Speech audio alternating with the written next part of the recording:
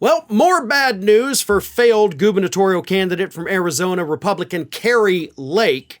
A new poll from the state of Arizona shows that a vast majority of voters, including a majority of Republicans, do not believe her election lies at all. In this new poll, the voters of all parties, Democrat, Republican, and neither Democrat or Republican, so they call them independents regardless of, if they're a third party, whatever. They asked them two different questions and said, which one do you agree with? The first question: while the election was not run perfectly, there is no credible evidence of voter fraud that was widespread enough to have changed the outcome of the election. The second statement, and I called it question, but they're statements: evidence has been uncovered, which shows that the election was stolen from Kerry Lake when the media and election officials called the election for Katie Hobbs. So those are your two statements. Which one do you agree with? 3/4 of all respondents agreed with that first statement, that yeah, it wasn't perfect, but it wasn't stolen either.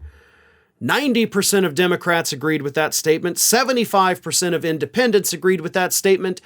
And 58% of Republicans agreed that, yeah, it wasn't perfect, but it sure as hell wasn't stolen either.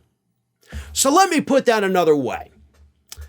A majority of Republicans in the state of Arizona believe that Kerry Lake is lying.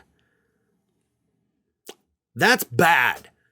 That's bad for Kerry Lake. It's good for democracy. It's great that these Republican voters in that state see their own Republican candidate and like, holy crap, she is out there. But here's why it's even worse for Kerry Lake. Rumors are swirling that she could either be seeking the Senate seat currently held by Kirsten Sinema in next year's 2024 election. So she may be running for Senate, and you've got a majority of your own voters that think you're a liar. So that's not going to go well, not to mention 75% of independents. So you're not getting any of the swing voters in that swing state. Your Senate bid is pretty much dead on arrival.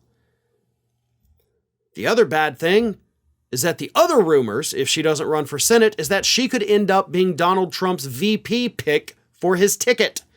Now, we know that Trump doesn't like losers, but he does like attractive women. And Kerry Lake is an attractive woman, let's be honest. But she did lose, so Trump's going to have to weigh that out like, you're nice to look at, but you didn't win. But you claim you did win, even though you didn't. That's kind of like me. I like that. So he's going to have to figure out where his emotions stand on that issue.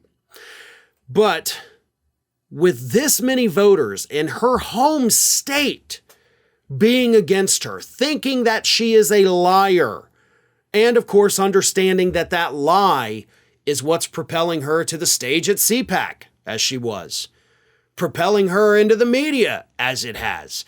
They see that she is essentially lying to further her career.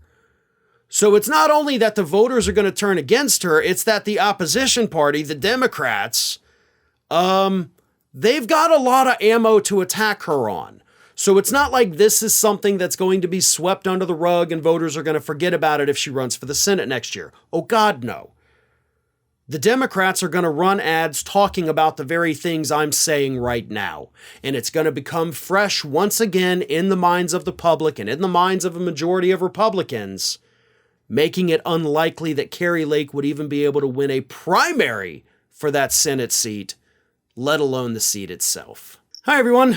This here is little Athena.